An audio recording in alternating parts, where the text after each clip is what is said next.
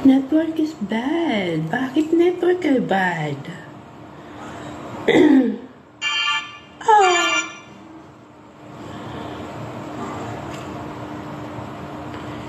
Singin mo.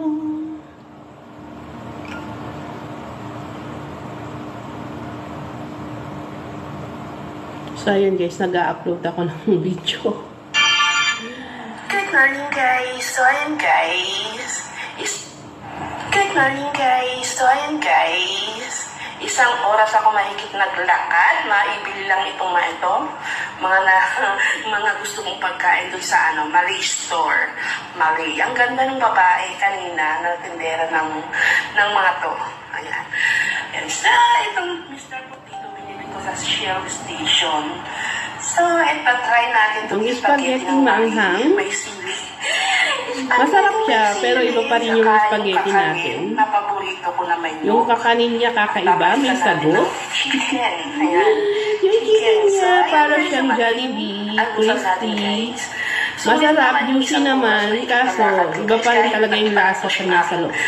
Bali, hindi ko siya sinimot, hindi katulad sa Jollibee, na sinisimot ko kahit anong nandun sa buto, sinisimot ko. Pero ito hindi ko siya sinimot, guys. Kasi iba yung lasa. Ready na almusal natin bago sumabak sa tiyan. Naglilinis tayo ng exhaust fan at mga bintana at saka sasakyan. Kaya kailangan natin kumain para may power. Ayan. So, ayan guys. Kain tayo guys. Good morning guys. Meron tayong masarap na pagkain. Sulit yung isang oras sa ating lahat.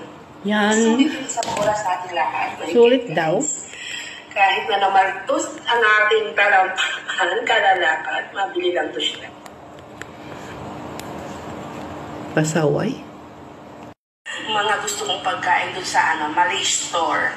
Malay. Ang ganda ng babae kanina na tindera ng mga to. Ayan.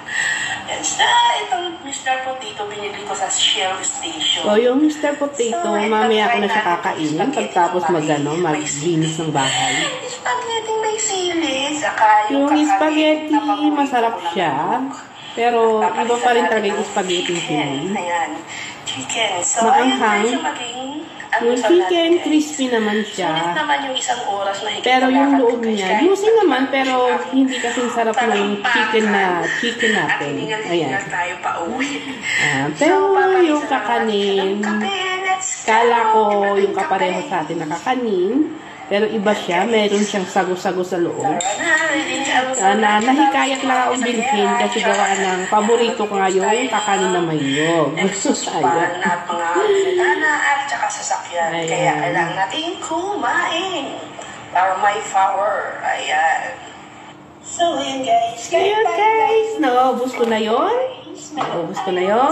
Kinain ko na siya. Naubos na. So, yung chicken, hindi ko masyadong sinimot. Kasi yung loob, medyo nasuya ako. hindi siya yummy. Masarap siya, pero iba pa rin talaga yung lasang Pinoy. So, yun guys. Yun lang yung feedback ko dun sa pagkain. Overall, masarap naman siya, pero iba pa rin yung nakasanayan na lasa. So, yun guys. Popo time. So, yun guys. Bye-bye.